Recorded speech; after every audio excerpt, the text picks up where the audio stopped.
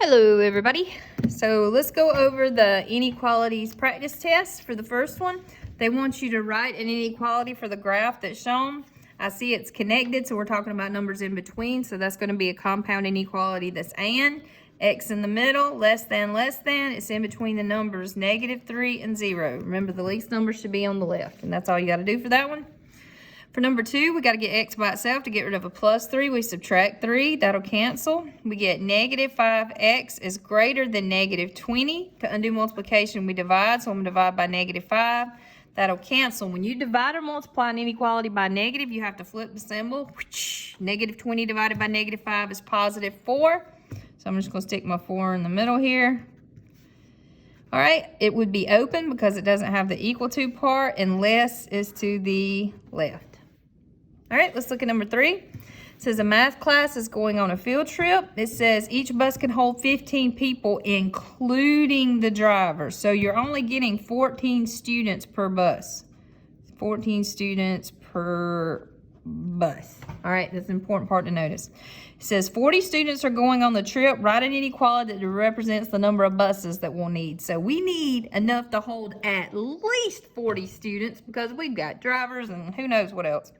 So it's got to be greater than or equal to 40, and it's 14 students per bus. All right, and it didn't say to solve it, so we're done. For number 40, it says a truck bed can carry up to 800 pounds. Up to means less than or equal to 800. It says write an inequality that describes the number of 35-pound boxes the truck can carry. So it's 35 pounds per box, and that has to be less than or equal to 800 pounds. And again, didn't say solve it. We just set it up, so we're finished. All right, number 5 is like the one we did in class. It says write an inequality to describe the situation. They're giving me a range of speeds that I need to be driving between. So this is an and compound inequality. So I'm going to put my speed S in the middle. I have to be going less than or equal to 65, but my speed has to be greater than or equal to 50. So somewhere between 50 and 65 inclusively. All right, let's look at number 6. It says Hunter cuts grass for $20 an hour and trims hedges H for $30. So he gets $20 for each grass cutting. He gets $30 for each hedge trimming. He wants enough money to buy a car for $4,500. So he'll need at least $4,500. So greater than or equal to $4,500. You got to pay taxes and all sorts of stuff. It says write an inequality represents the number of hours. So this is an inequality representing the number of hours. Doesn't say solve, so we set it up. We're good. For number 7, it says you have $40 to spend at the bookstore. So if you've got 40, that's your maximum. So you're going to spend less than or equal to that. It says books are $8, so $8 per book, and magazines are $4, $4 per magazine. And this inequality models that situation. All right, let's look at number 8. It says it wants us to solve. We have 3x minus 12 is greater than 3. Look at the side with the variable. To undo a minus 12, we add 12. 3 plus 12 is 15. 3 times x is greater than 15. To undo multiplication, we divide. That'll cancel. We get x is greater than 5. And then it says name 3 numbers in the set. So that just means any 3 numbers greater than 5. So we could say 7 or 10 or 1,000 if we just wanted to, right? Any 3 numbers greater than 5. All right, let's flip it. Whoa. All right, for number 9, we got a solve and graph. So I'm going to distribute that negative. That'll give me 2x minus 6x minus 7. Be careful there. Is greater than -23. You want to combine like terms. That'll be -4x minus 7 is greater than -23. To get rid of a minus 7, I'll add it. And -23 plus 7 would be -16. To undo multiplication, we divide. So I'm going to divide by -4. That'll cancel. We divided by negative on both sides of the inequality. So we've got to flip it. 16. Or -16 rather divided by -4 is 4. So again, I'm going to put 4 in the middle. 2, 1, 6, 7. That would be open. It doesn't have the equal to part, and less to the left. All right, let's look at number 10. First, again, we want to distribute. We're still using don't call me after midnight, even though it's inequalities. 3 times x is 3x, minus 3 times 7 is 21, plus 4 is greater than or equal to 25. Combine like terms. So we have 3x negative 21 plus 4 is negative 17 is greater than or equal to 25. To get rid of a minus 17, we'll add 17. 25 and 17 is 42. 3x is greater than or equal to 42. To undo multiplication, we divide, or if it's beside, we divide, and 42 divided by 3 is 14. So x would have to be greater than or equal to 14. Let's look at number 11. This is an and compound inequality. You focus on the expression in the middle. To get rid of the minus 2, we add 2. If you do it to the middle expression, you got to do it to the 2 and expression. So I'm going to add 2. Negative 4 plus 2 is negative 2. This will cancel, so we still have our x in the middle, and 4 plus 2 is 6. And that's it. For number 12, first we will distribute the negative 2/3, so we'll have 15 is less than negative 2/3 x. Now a negative negative is going to be a positive. 2/3 of 21 would be 14. I'm going to come over here, 2/3 times 21. Remember, you could put a 1 under 21. That would be 42 over 3, and 42 divided by 3 is 14.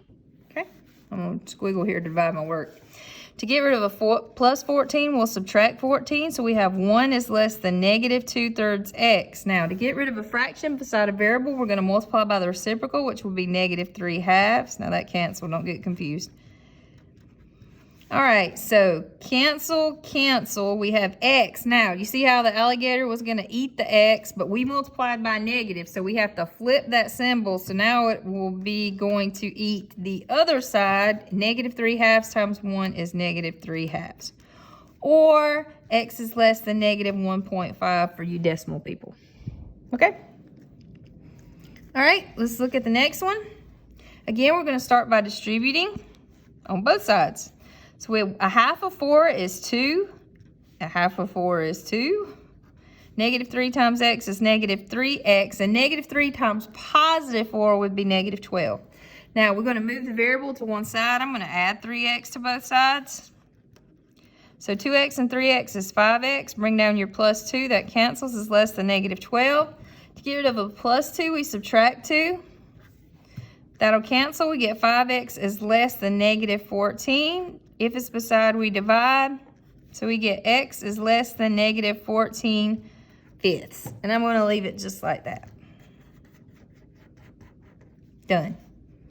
All right, for number 14, we have m minus 1 is less than 6, and m plus 2 is greater than or equal to 9. So this is a compound inequality with and, hence the word and. So to get rid of a minus 1, we add 1. So we get m is less than 7. And to get rid of a plus 2, we subtract 2. And we get m, that cancels, is greater than or equal to 7. Now, I want you to remember, to be a solution to and, it's where these two solutions intersect. So can you think of a number that's less than 7, but that is also greater than or equal to 7? Is there a number that's less than 7 and at the same time it's greater than or equal to 7? You see what I'm saying? That number does not exist. This is no solution. You can't be less than 7 and greater at the same time. It doesn't exist. Trick question. Let's look at number 15. So first you got to isolate the absolute value bars. So I'm going to add 4. 14 and 4 is 18. So we get 6 times the absolute value of 2w plus 2 is greater than 18. To undo multiplication, we divide. Still haven't got the absolute value isolated. So we have the absolute value of 2w plus 2 is greater than 18 divided by 6 is 3. Now it is greater, so that means this is an or compound inequality. I'm actually going to turn my paper so I have sufficient space.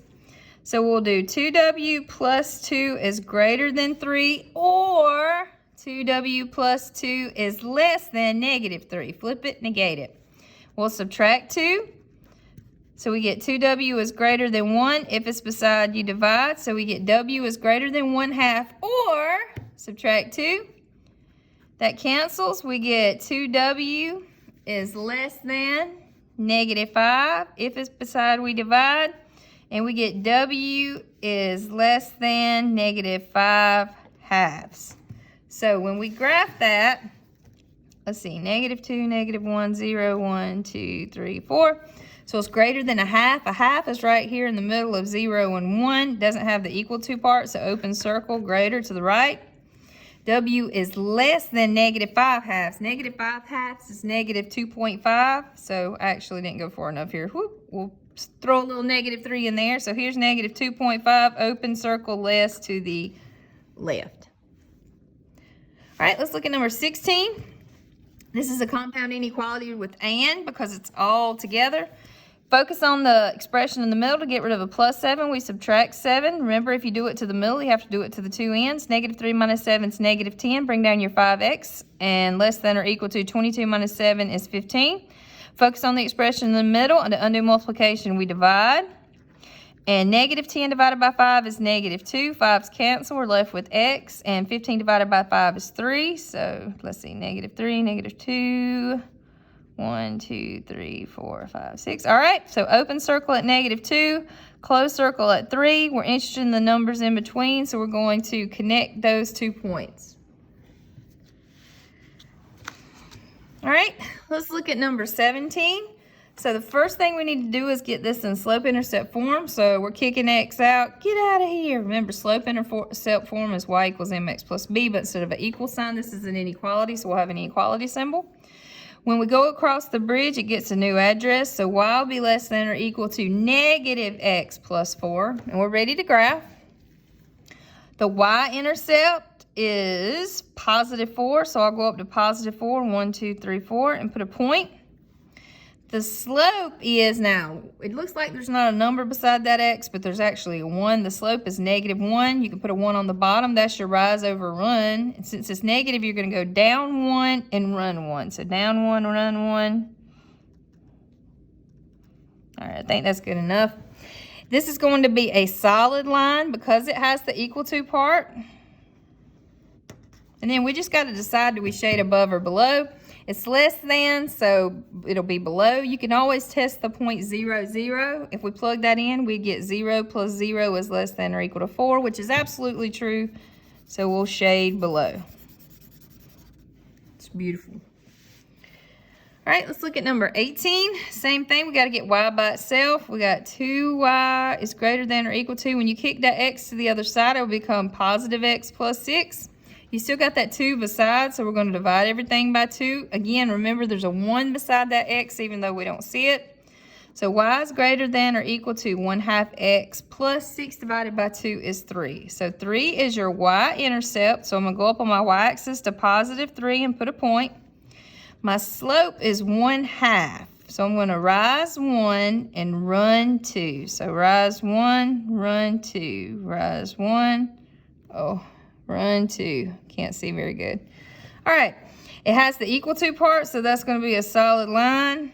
At this point, I'm just kind of sketching here. And then we have to determine if we're going to shade above or below. If you tested the point 0, 0, you would have 0 plus 0 is greater than 6. That's not true. And it's greater than, so it's going to be shaded above. All right.